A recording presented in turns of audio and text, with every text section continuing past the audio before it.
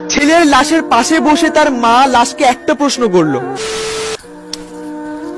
ছেলেটা দুটো চোখ লাল টসটস করছে, পানি খাচ্ছিল, পানিটা গলায় আটকে যাচ্ছিল, পানি গিলতে পারছিল না। মা ছেলের এই অবস্থা দেখে ছেলেকে জিজ্ঞেস করে, কি রে বাবা, তোর কি কোনো সমস্যা, ডিপ্রেশনে আছিস নাকি? মায়ের কথা শুনে ছেলেটা বলে, না মা, কোনো প্রবলেমের মধ্যে নেই, কোনো ডিপ্রেশনের মধ্যে নেই। আসলে কি হয়েছে, পিকনিক হচ্ছিল তো, তাই দুটো রাত জেগে অনেক আনন্দ করেছিলাম, এই জন্য চোখটা লাল হয়ে আছে। কিন্তু ছেলেটা তার মাকে কিভাবে বোঝাবে যে ছেলেটা প্রতিটা রাত মৃত্যুর সাথে লড়াই করছে? আসলে কি হয়েছে, ছেলেটা একটা মেয়েকে ভালোবাসে, আর খুব ভালোবাসে। মেয়েটাও ছেলেটাকে ভালোবাসে। ছেলেটা ভালোবাসার এমন পর্যায়ে চলে গেছে, সে তার ভালোবাসাকে নিয়ে অহংকার করা শুরু করে দিয়েছিল। ছেলেটা তার বন্ধু বান্ধব, আত্মীয় স্বজন, পাড়াপড়শি, বড় ভাই ব্রাদার সবার কাছে যে তার ভালোবাসার কথা বলতো, আর বলতো সে যে মেয়েটাকে ভালোবাসে, সেই মেয়েটা কখনো তাকে ছেড়ে যাবে না, কোনো দিনও তাকে ছেড়ে যাবে না। তারপর ছেলেটা যে মেয়েটাকে ভালোবাসতো, সেই মেয়েটা মাঝে মাঝে মজা করে ছেলেকে বলতো, আচ্ছা আমাকে যদি কেউ কখনো স্পর্শ করে তাহলে তোমার কেমন লাগবে? ছেলেটা কোনো কথা চিন্তা না করে বলে ফেলতো, আমি মরে যাব। তারপর যখন মেয়েটা বলতো, আচ্ছা আমার যদি কখনো অন্য জায়গায় বিয়ে হয়ে যায় তখন তোমার কেমন লাগবে?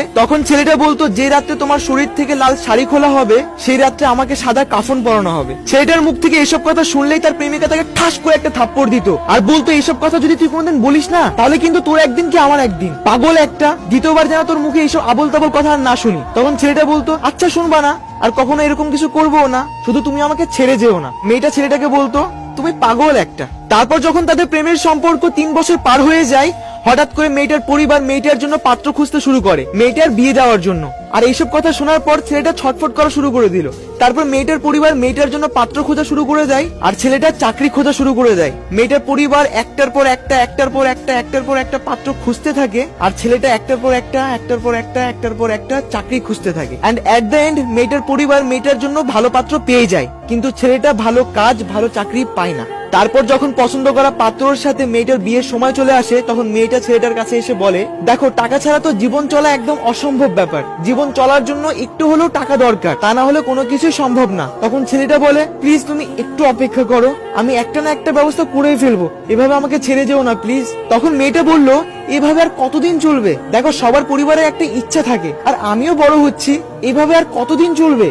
তখন ছেলেটা বারবার রিকোয়েস্ট করে কান্না করে বলল, প্লিজ ছেড়ে যেও না, একটা না একটা ব্যবস্থা করে ফেলবো, একটু অপেক্ষা করো, একটু ধৈর্য ধরো। কিন্তু মেয়েটা ধৈর্য ধরে না, তার পরিবারের পছন্দের পাত্রর সাথে বিয়েতে রাজি হয়ে যায়। তারপর বিয়ের ডেট তারিখ ঠিক হলো, বিয়ের দিন চলে আসলো। যে রাত্রে মেয়েটাকে হলুদ শাড়ি পরানো হয়, সেই রাত্রে ছেলেটা নানান রকম নেশা করতে ব্যস্ত। দেন বিয়ে করার পর মেয়েটা তার স্বামীর বাড়ি চলে যায়, আর সেই রাত্রে ছেলেটা ফেসবুকে একটা স্ট্যাটাস দেয়। স্ট্যাটাসটা হলো, অহংকার করে বলেছিলাম সে কখনো আমাকে ছেড়ে যাবে না, সময়ের ব্যবধানে বুঝলাম অহংকার পতনের মূল।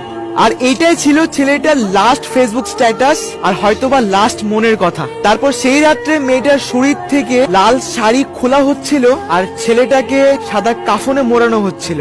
তার মানে ছেলেটা মরে গেছিল, সুসাইড করে ফেলেছিল। তারপর সকাল হয়, হাজারো মানুষের ভিড়। ছেলেটার লাশের পাশে বসে তার মা চিৎকার করে চিৎকার করে চিৎকার করে কান্না করছিল, আর ছেলেটার লাশের দিকে তাকিয়ে তার মা ছেলেটাকে একটা প্রশ্ন করলো, কি ছিল 3 বছরের ভালোবাসায় যে 22 বছরের ভালোবাসাকে ভুলে গেলি? তারপর হয়তো ছেলেটার পরকালের হিসাব শুরু হয়ে গেল।